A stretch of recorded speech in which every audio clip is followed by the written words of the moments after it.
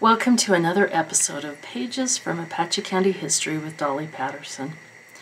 As I was working on my last episode of the Hispanic sheep herders in Concho, I had a flash of memory of a video, a little movie I remember watching in grade school about Navajo sheep herders, and I decided right then that's going to be my next episode. Little did I know the education and heartbreak that I was going to receive as I conducted my research for this topic. The plight of the Navajo people and their sheep is a long, tragic history that I'm confident many people aren't aware of. I know I wasn't, and I've lived on the edge of the Navajo Nation pretty much my whole life.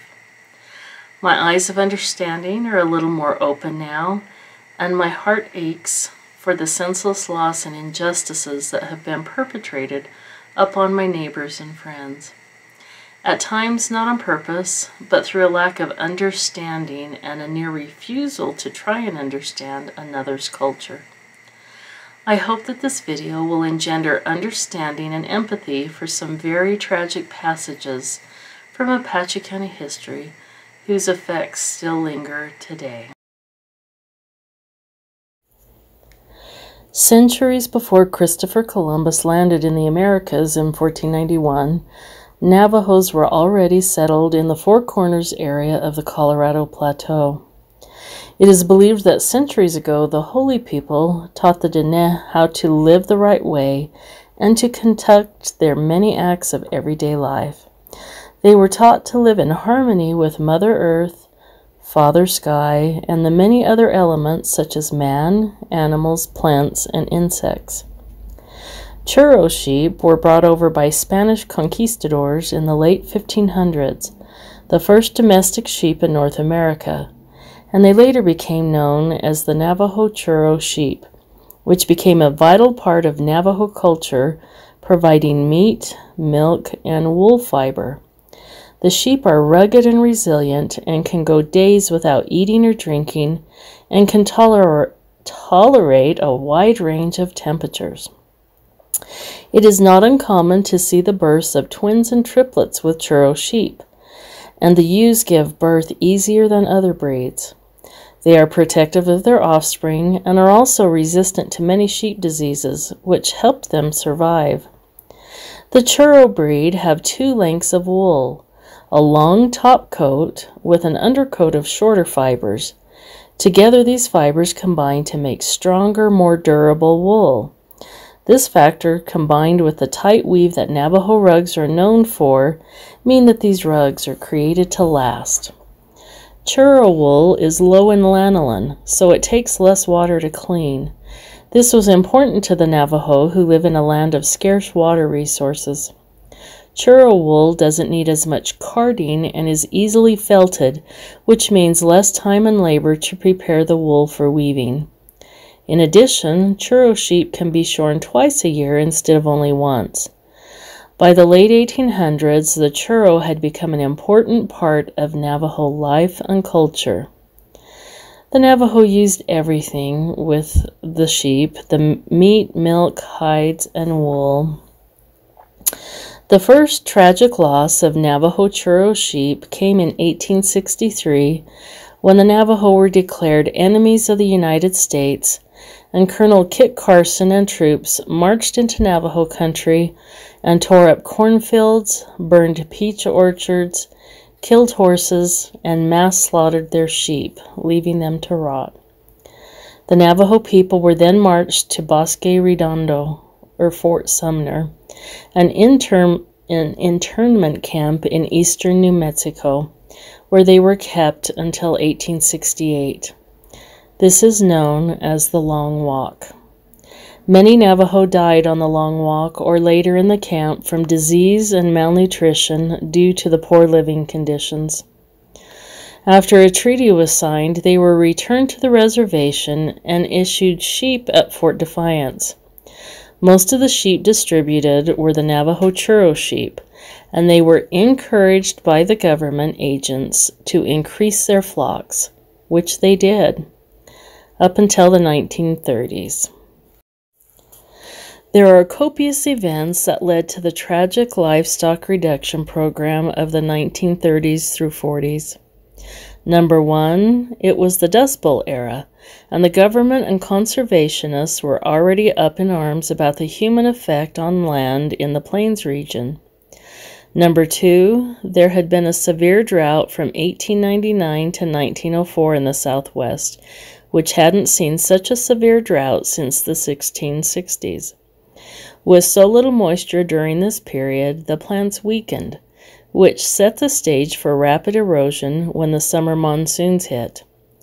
These heavy summer storms hit the area from 1905 to 1920, an extremely wet period that the area hadn't seen in nearly a century, causing alarming erosion. Number three, the effect of grazing livestock on this precarious environment was cumulative and compounded the issue of erosion. By the 1930s, nearly 1 million sheep and goats, or their equivalent in horses and cattle, ranged across the Navajo reservation. John Collier was quite the paradox. In the 1920s, he studied Native American history and their current life in the Pueblo tribes of New Mexico, and came to believe that they and their culture were threatened by the encroachment of the dominant white culture and policies. He believed that Native communities, particularly the Navajos, somehow captured a purer, more authentic way of life. He described them as paragons of self-sufficiency and cultural integrity, a beacon for the larger society to follow. They had preserved intact their religion, their ancient morality, their social forms, and their appreciation of beauty.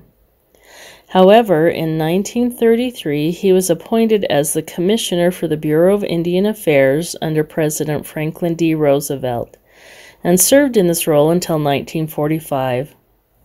Although he began with good intentions to help the Navajos preserve and restore the land that they depended on, he and his colleagues actually made matters worse, both ecologically and culturally.